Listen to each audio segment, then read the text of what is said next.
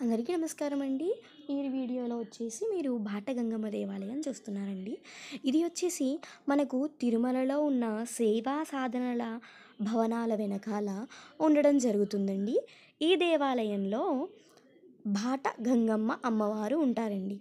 బాట గంగమ్మ అనే పేరు ఎందుకు వచ్చిందంటే తిరుమలలో స్వామివారికి నిత్యం కూడా అభిషేకానికి నీరు తేవడం ఇదే మార్గంలో వెళ్ళడం జరుగుతుంది. అయితే ఆ పూజారి గారికి రక్షగా ఈ అమ్మవారు నిలిచేవారంట. అంతేకాకుండా ఈ మార్గంలో ఎవ్వరు వెళ్ళినా కూడా అమ్మవారు రక్షకంగా ఉంటుంది అని చెప్పేసి భక్తుల విశ్వాసం. అలాగే ఈ అమ్మవారి దగ్గర ఎలాంటి కోరికలు కోరుకున్నా కూడా తీరుతాయని భక్తుల విశ్వాసం.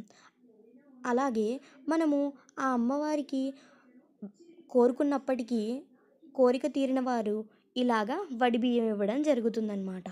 ఇక్కడ వచ్చేసి గుడి ప్రాంగణంలో చిన్న రాయి వెతకమని పంతులు గారు చెప్తారు. ఆ రాయిని తీసుకొని పంతులు గారు ఒక వస్త్రం ఇవ్వడం జరుగుతుంది. దాంట్లో పెట్టి మనము 2 ముడులు వేసి పంతులు గారికి ఇస్తే, పూజారి గారికి ఇస్తే ఆయన అమ్మవారి దగ్గర పెట్టి సంకల్పం చెప్తారు. చెప్పిన తర్వాత మనకు ప్రదక్షిణాలు చేయమని చెప్తారండి. ప్రదక్షిణాలు చేసిన తర్వాత గుడి ప్రాంగణంలో ఉన్న ఒక చెట్టుకి ముడుపు కట్టడం జరుగుతుంది. ముడుపు కట్టాక మనము కోరిక తీరిన వాళ్ళు